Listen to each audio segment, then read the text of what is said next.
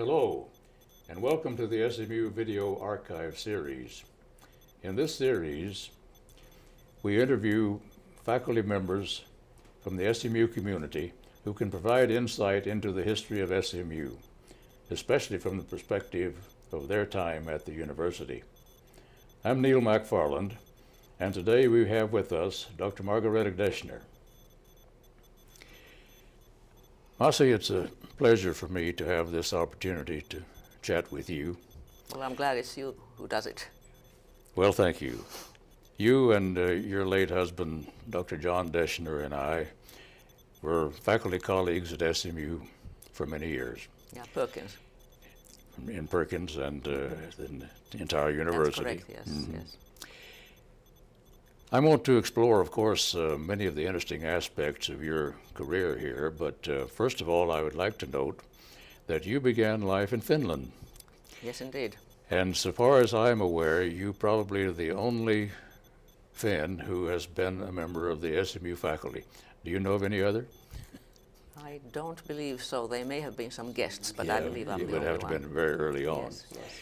But would you tell us a little bit about your early life in Finland? And one thing that I would like to ask is that you give some attention to your experiences in World War II. When you first came among us, we were very interested to learn that you had been a member of the armed forces in Finland. Yes. So would you give us a little resume of that early experience? Yes. I had started my studies barely 1 year when the Winter War broke up, and then the continuation war also. And a while ago, when we had the horrible attack on New York, I was reminded of the way our war started. Simply bombs starting to fall from the skies without any warning whatsoever. Yeah. And this general sense of total insecurity. Who are these people? Why do they bomb us? And all the rest of it. Of course, we knew that it was Soviet, yes. But from there on, it was very clear that anyone who could possibly do anything would help.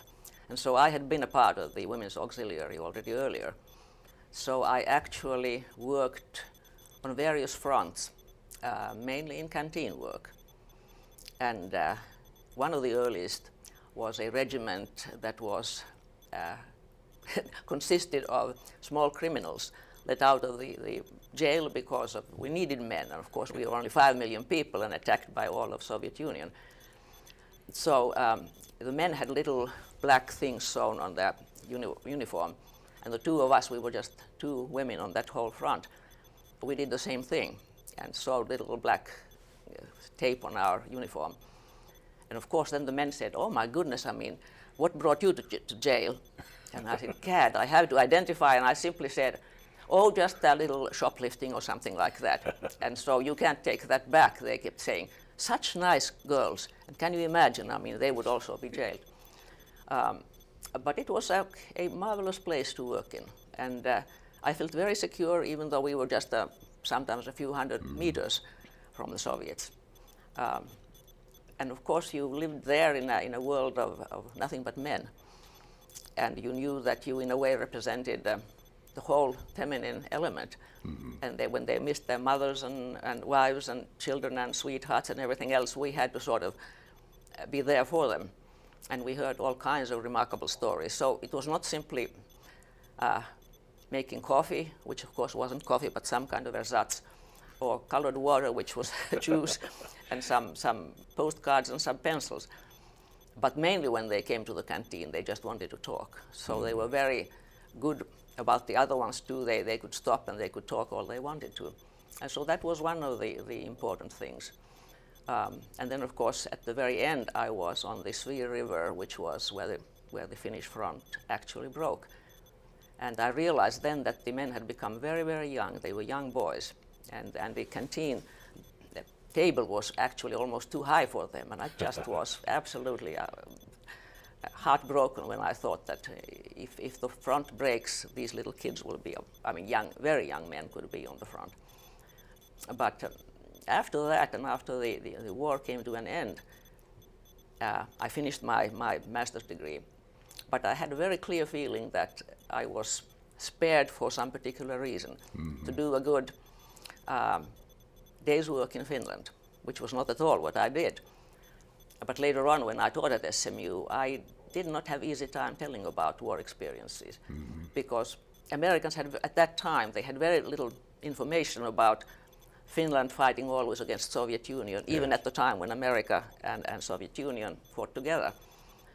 But I told a whole lot for my 3 sons. And the funny story is that, of course, they wanted to hear the fantastic stories. Yeah. And so I told some true fantastic stories. And one time then when we had dinner guests, Paul broke the silence and said, and my mother took a Russian prisoner of war. And so there was a little surprise there. And then Paul quickly realized, he was 6 years old, my goodness, this is not very even-handed. And he added, and my father was a Boy Scout. And so that's the way John got into the story too. But this was the type of thing that, the boys would like to listen. Well, now, you were born in Finland, and Sure was. John, who became your husband, was the descendant of a German family in South Texas. Yes.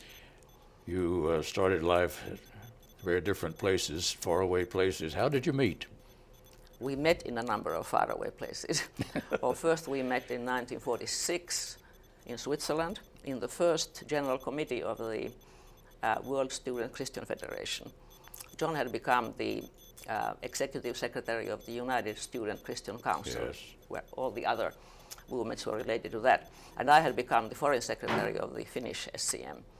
And so we met first in the General Committee after the war, which was a very extraordinary meeting, because there, let's say, Norwegians and Germans had to face each other, who had been enemies. I mean, it was this whole juxtaposition. But it was a marvelous meeting of reconciliation and tremendous open discussion. I had come, of course, from Finland via Sweden, and then the first bus that went through Germany, they totally destroyed Germany. Yeah. Hungry kids and rats around, and that was really horrible. But the meeting was excellent. And then we met in next summer, 1947, in Oslo Youth Conference. And after that, there was a student conference in Lundsberg, and then they came to Finland for the last conference, which was at the time when, and John was there all the time, and they visited my home too. And so when John came in, my mother, who was trying to speak English to everybody else, says, in Finnish, now this is finally a Finnish boy. I said, no, mother, that's not a Finnish boy, that's somebody else. But when we got engaged, I could say, I mean, this is the guy. But I was sent then, after that, for 1 year to USA to work with the Lutheran Student Association. So I was traveling all around America at that time. And of course, John managed to be always in the places where I was speaking, and I thought he was really sent there, but no, he made his own schedule. So he convinced me that we could continue with this working together pretty well. So it was the ecumenical movement, in a sense, that brought you Absolutely. together. In what year then did you marry? We got engaged 48, and then John came 49 to Finland, and I was so glad that his parents came too. Yeah. So we were all there. Yes, we had a good Lutheran wedding. You were married in Finland then? Yes, indeed. Yes, indeed. Now, John joined the faculty at Perkins School of Theology in 1956? 56, yes. And you joined him then sometime after that. When did you come to Dallas? Actually, also fall of 56. But 56. he had come, he had just got his PhD in Switzerland. And then I and the 2 boys at that time, they were in Finland with my parents. And then I came with the boys in the fall. And so, of course, when we came to Dallas, we thought we had studied it. I would also be working. And I came to SMU and I said, you know, I have my German master's degree, can't I also teach? And of course, there was a nepotism rule. I'd never heard of what nepotism rule was, so you can't do it. And so I started to study again just in order to learn what studies are like in United States. And that was a very good thing, because I really learned a lot of stuff. It was very different from what I had had in Finland. And when I did not get a job at SMU, I did get a job at what was Arlington State College at that time. Yes, yes. So I commuted to Arlington and taught the German there for 3 years. For 3 years? Yes. And then came John's sabbatical, and before that I started my PhD in University of Colorado. So I could use the whole time in Heidelberg for my own dissertation. I see. And as I was there, Gilbert Jordan, the chairman of German department, wrote me a letter and said, I have just heard that the nepotism rule is no more valid. I think Albert Outler had managed to push it out. Would I now like to join SMU? And I was glad to do it because I could simply walk from home up here to the hill. Right. Now that was what year that you joined the faculty then? That was 63 in the fall. 63. And you got your PhD the following year, is that right? Yes, I finished it the following year. Yeah. Well, now you began to teach German and German literature in the Department of Foreign Languages and Literature in the, what was then the School of Humanities and Sciences. Yes. Yeah, the names are changing all the Yes, time. It's they kind all of the hard to time, know. yes. We Americans are just notoriously poor linguists. What was your experience in teaching foreign language to American people? Well, you have to like teaching a whole lot to begin with, because it's sort of being partly grammarian, partly a snake charmer. You just have to somehow liberate people to begin with and then give them the confidence that they really know how to learn. So many of them have had a counselor who said, which language do you hate least? So it was not a very positive entry. And particularly with German, everybody said, that's hard, hard, hard. And you simply had to start from nowhere and say, everybody can learn a foreign language, can learn several, if you just set your mind to do it. And if you realize what of your capabilities you can utilize. Some people hear well and speak easily, incorrect but easily, that's very good. And others are very letter bound, and they can read well and they can write well. So you simply say, now, go with your strength, whichever of these things are good, I'll accredit you for that. But that was really fun, actually. I liked it. And I realized, too, that the best way for an American student to learn about how to write good English is to compare it with another language. Yes. And that was exactly what happened. And then people say, oh, I never knew that this is what happened to my language. They learn something more about grammatical structure and take that more seriously. Yes. And they could, comparing is always very good. And of course we had several other languages at the time, and I shared an office for a while with Megan Comini, who taught Italian. Yes. And that was of course a fantastic teacher. And we realized immediately, and where they were really sort of relaxed and sort of not what would I call it? People who really didn't think of what impression they made. They always took Italian because they could easily say anything, anytime. Yeah. And then the French, I guess your daughter must have taken French. One of them majored in Spanish. And yes, one did take French. Yes, one did take French. Because always we thought that the well-dressed and well-behaving girls would take French. And of course Spanish was the thing that people had in high school. Yeah. But German, it was mostly people who either needed it for, let's say, pre-med student studies, or it could be any kind of graduate studies. Yes. But mostly when they looked at them, when they all came and registered, the introverted kind of the people and people sort of who philosophically and sort of oriented would take German.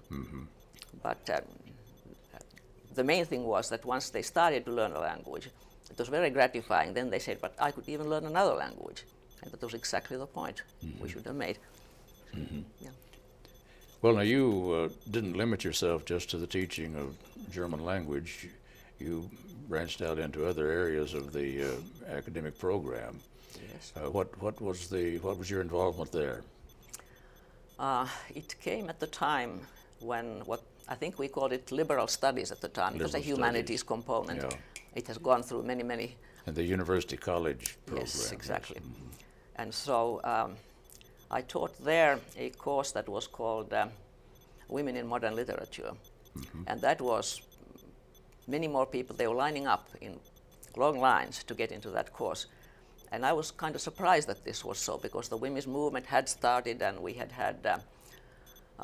who was the one who wrote Feminine Mystique? Betty Friedan had been here speaking.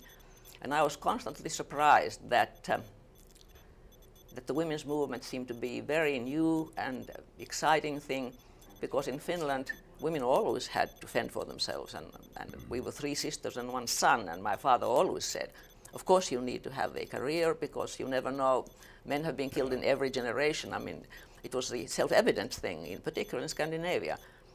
And I realized that here it was a new thing that was opening up, and it was sort of a, whatever you taught, it became some kind of a consciousness raising, which is not such a happy expression.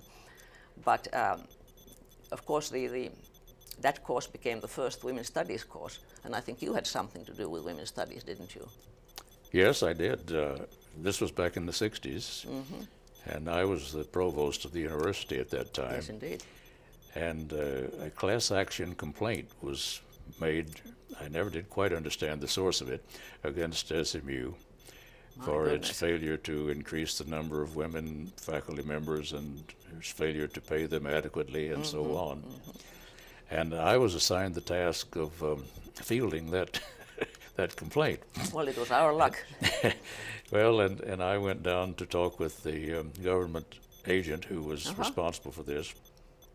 And I asked him, I said, what are the guidelines that I must follow? He says, we don't have any guidelines. It was completely You have to new. develop your own, you see. And so we were to be judged by what we did, but had nothing in the way of guidelines to go with. But we did undertake it, and fortunately we had you and other competent female faculty members to help out.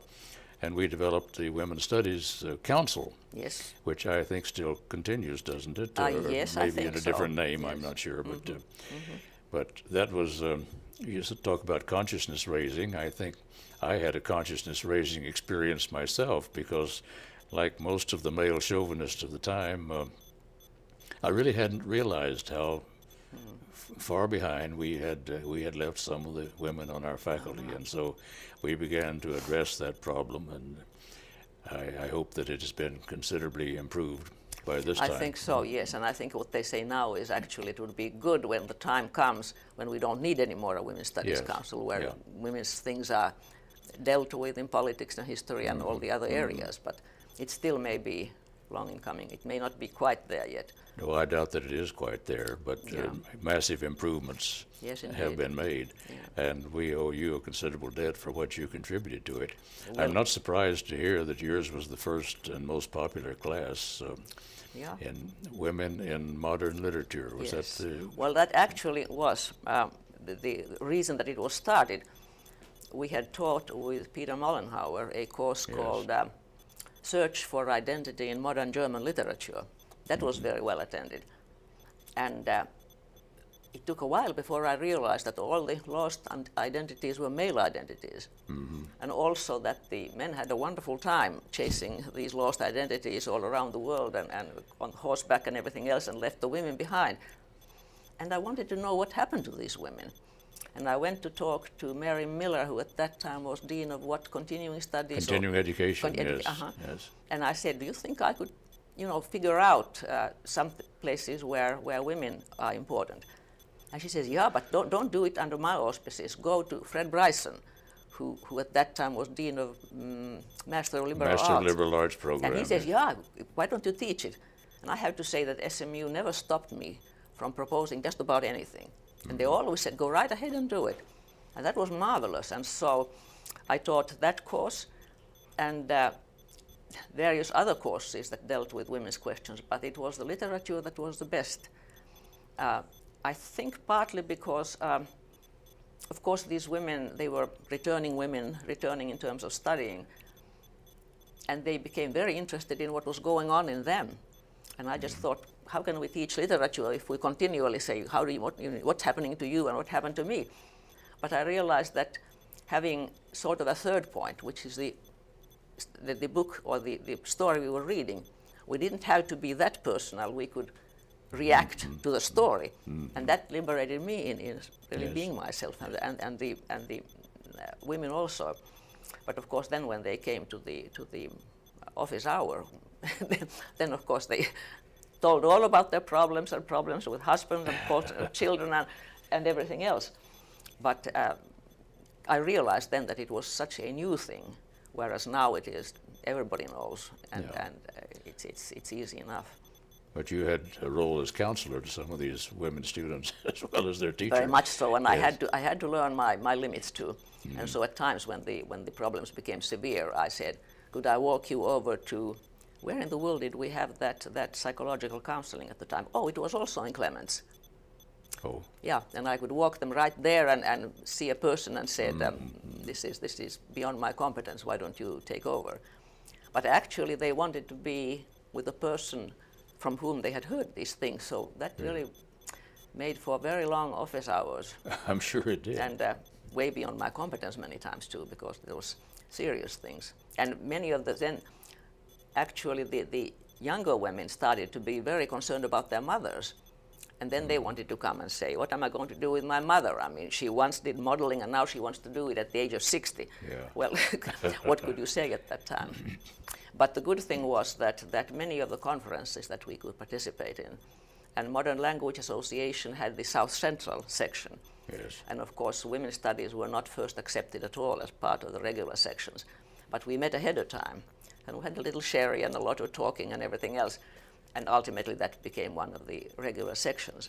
But here comes in also Marsh Terry, who I somehow got into participating in these conferences. Must have been in Tulsa, Oklahoma. And we flew together there, and he kept saying, what have you got me into? I mean, what is this thing going to be? But he spoke very well. He spoke about short stories and what it's like to see people reacting with each other. And so he now claims also that he's one of the mothers of the Women's Studies Council. One of the mothers, yeah, of it. Yeah, he is a very, very fine mother for all of us. Well, Marsh has been a very substantial contributor at many points in this indeed. university's Yes, life. indeed. Yes, Yes, indeed. indeed. But now you taught in the MLA program also. Yes. And it was interesting to many of us that the MLA attracted a lot of teachers. Yes, indeed. And as a matter of fact, some people felt, well, that's not really what the MLA is supposed to be. But it was my judgment at the time that this was very appropriate for the teachers because it gave them a breadth of educational experience which perhaps they had not gotten in the process of preparing to teach. Yes. And I think it continues to be the case that many teachers come back for this MLA program. Yes. Did you find that to be the case in teaching with Very them? much so. It was a very interesting group of people. And of course, it was simply the very enterprising ones who came in first. But then a good idea spreads, and they heard about other people having been there. And that was an awfully nice group of people because they felt that it was a privilege to return to studies now. They may have long time ago taken their undergraduate degree. And they really sacrificially participated in it because many of them were teaching, they had children, families, and they really had to want to study to be there. So I thought it was tremendously good to teach people who were very, very motivated to do that stuff. And also they had very vast experiences, very different experiences. I tried to experiment putting together sometimes the undergraduate group and the graduate group. And the opposite actually happened from what I had expected. One of the older ladies, a physician's wife, marvelous woman, a 70-plus-year-old, said, have you realized what's going on here? We have all the questions, and the young ones had already all the answers, which of course meant that they had the pat answers, and we must have this, and this. And the others said, but this is the reality. So it was sort of a reality therapy both ways. The older ones bring the reality dimension. Yes. And it doesn't go that easily. Well, I'm not surprised that you were very successful in working with these particular people, and my guess is that your renowned sense of humor helped a lot. I can remember one little event. I wonder if you recall this. Soon after I was named provost of the university, that I do remember. I was walking across the campus in the rotunda area, the quadrangle area, and met you coming from the opposite direction. And all of a sudden, you dropped on your knees and began to kowtow to me. That was perfectly normal, perfectly good. pay homage to you. Yeah, well, it was a humbling experience. It put me in my place, I suppose. But I appreciated the humor of it and a demonstration out there right in the middle of the campus. Oh, yeah. Oh, yeah. Well, I think that also in teaching, even teaching foreign languages, you have to use a lot of humor. Yes. And be able to laugh at things and liberate the students to simply say everybody can make mistakes. The main thing is, to go ahead, and even if you speak with many mistakes, you are still speaking and you are communicating, and you will correct the things later on. It's a deadly thing when people get uptight and they're afraid to make some kind of a mistake. They don't say anything at all. Yes. And this is where we could have used some of the Italian ones who just marvelously blurted out anything they wanted to have. But I really felt that it was important also for American students to see what all they could do with the languages, not only to teach, but in all kinds of different aspects of life, how good it would be if they could do it. And of course, if I understand now, we have all kinds of other, we have Japanese, we have Chinese. Yes. What else do we have? Arabic, I believe. Possibly so, I'm not sure. Russian for a time was very popular, but apparently is not as popular as it was for a while. But yes. Well,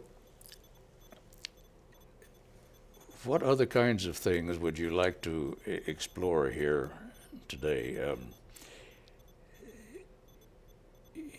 You also shared with many of the people who came into the MLA program, I suppose, into the women's studies, the experience of being both a wife and a mother and a career person as well.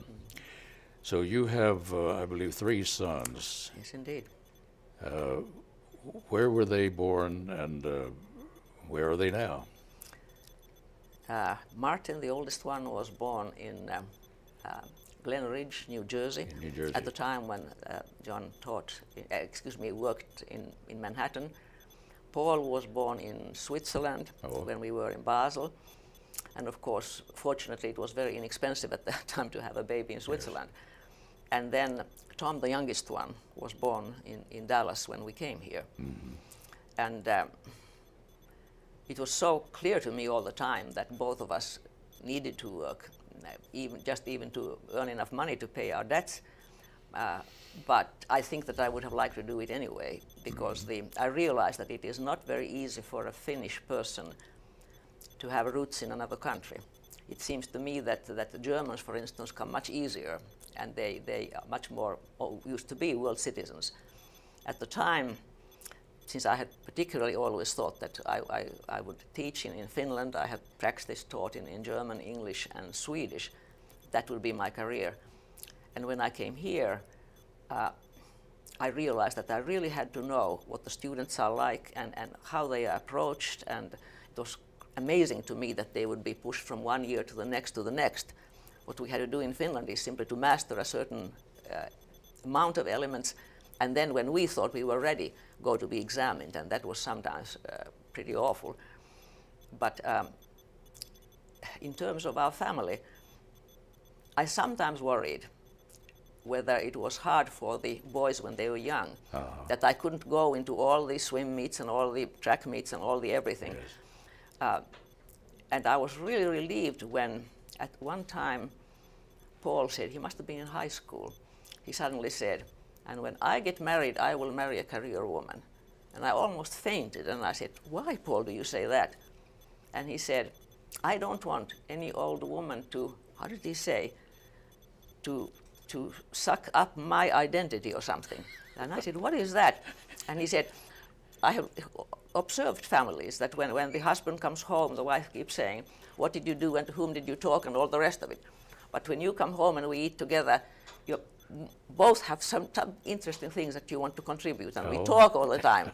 And so it was very much a talking marriage, but I had been afraid that the children had been somehow maybe neglected in it, but obviously not so. And that actually happened to all of them. The oldest one participated in women's studies, and we have what we call this conference that is coming again. The famous women's conference every year. Yes. And Martin had been part in it. and some of his classmates had noted that he was there. So one of them, a girl, went to Jutta van Zel, my colleague, and said, "Do you think it would be all right if I called Martin Deschner and asked for a date?" And she said, "Sure, that's perfectly all right, but you have to remember that he also can say no just as well as any girl might be able to say." So they were exactly part of anything that went on. The male chauvinist was the youngest one who really wanted to have what we thought Highland Park values, and father was the one who earned the money and mother was the socialite. But then he heard Gloria Steinem one time, of all people, and he came absolutely lit home and said, "I've never heard a better speech in my life." And we never more heard anything about about women working or women being something else.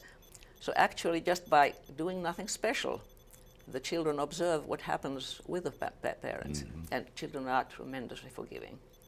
Yes, fortunately they are. Yeah, yes, fortunately they are. And the years that I studied in Colorado, I went there every summer, and then I could get credit for the work in Germany also. They were very nice here in staying in Dallas or going to grandparents. And of course, the one who was remarkable was John. He was the one who pushed me to do my PhD, and he was the one who said, "Yeah, don't worry about the things, we'll take care of the boys." I have read his diaries, and I'm absolutely surprised how quickly he could put meals together and how he could be all over the place with the boys and still, I hope, do his teaching. And I think that probably was very important to me all along, that I was not challenged and said, "Why don't you mend my socks? Why don't you do so and so?" Yes, but yes. always said, "I can do, that's fine, go right ahead and do these things." Now, when your second son was born in Basel, that's when John was completing his doctorate, I Yes, suppose. indeed. Yes. And then he came, what year was that? That was... We went there 53 in the spring. Yeah. Martin was born 52. So we went to Switzerland with a small scholarship tailor-made for a single man. And it was not quite adequate to a whole family plus a new member being born there also. And of course, the other thing was that I had thought that John spoke German because his parents did. And that was not the case at all. He had taken some course in German at University of Texas in Austin. And he just thought it was a farce. And he didn't learn much of anything. And then when we went to Germany, of course, he had to learn it. And that was pretty rapid stuff that had to be done. So he learned it while taking notes in the lectures. And I could see all the American students looking at each other. I mean, where did you put the verb? Was there a verb in the sentence? But that was a very, very good way, and quickly. And actually, John was one of the first grandchildren of his grandmother who could come back and talk German with Großmutter, who never learned any English. Großvater had to learn English because he had to, buy the stuff and negotiate about the plots of land. But Großmutter simply did not learn. I mean, she knew some words like car or truck or something like that, but that was all. Had John's parents actually come from Germany? Let's see, John's father came from Austria-Hungary together with the Deschner family. I see. And mother's great-grandparents came from Hamburg, and of course mother came from Minnesota. But she spoke very good German also, but not so John.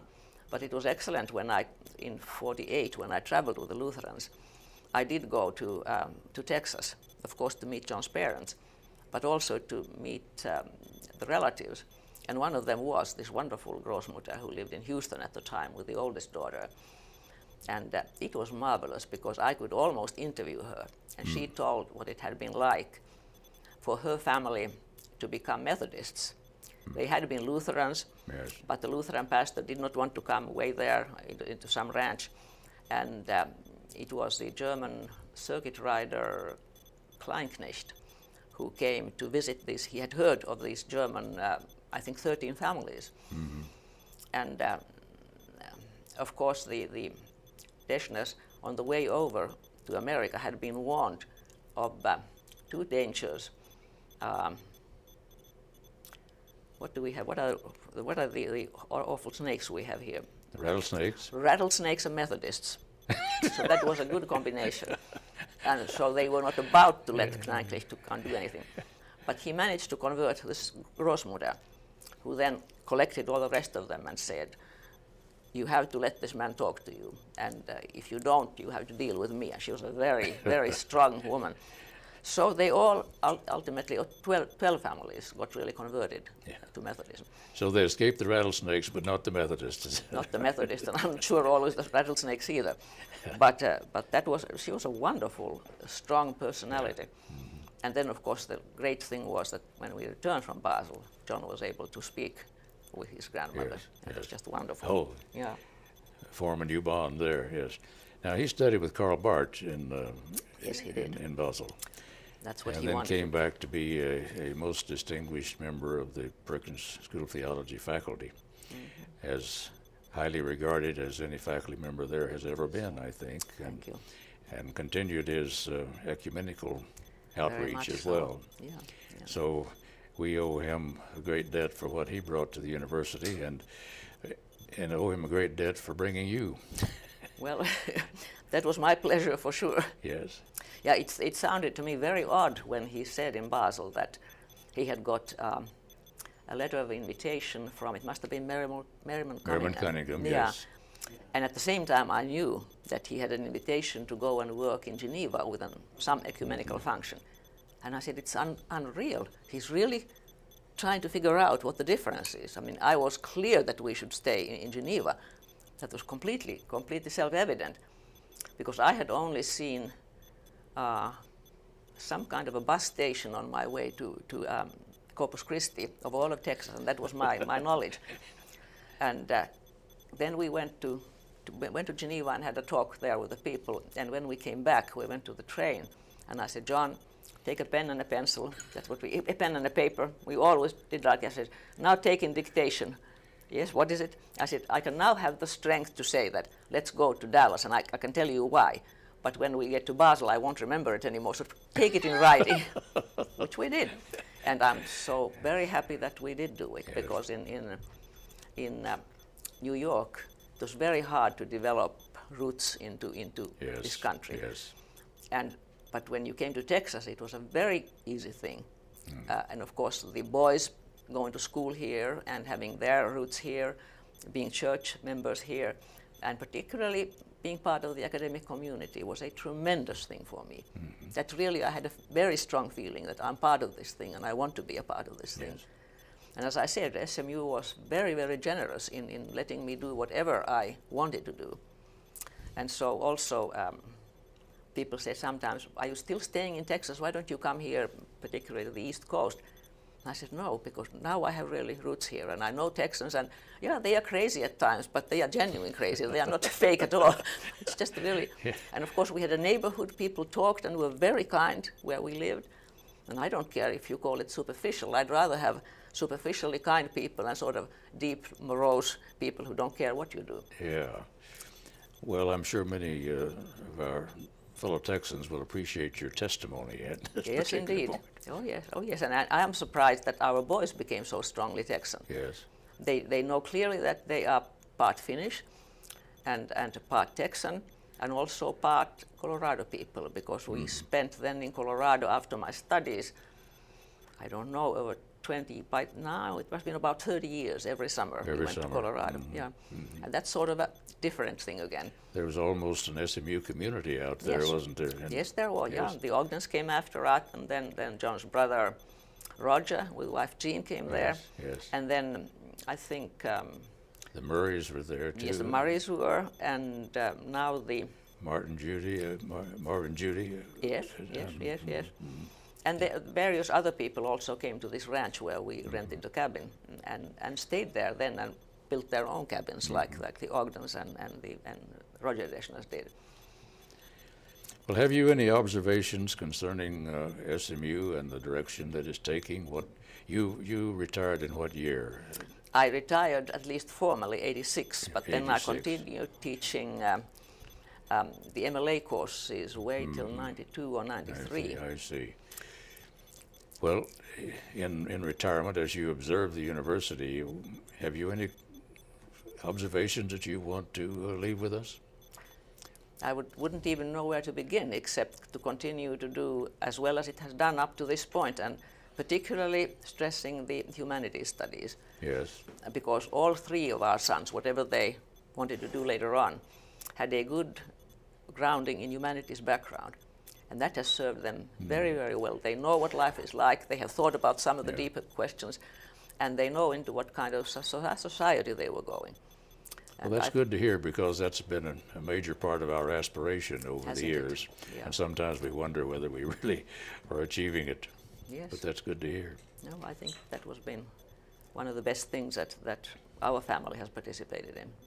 Well, you continue to live close to the campus, and you interact with the present campus people and other retirees and so on. And yes.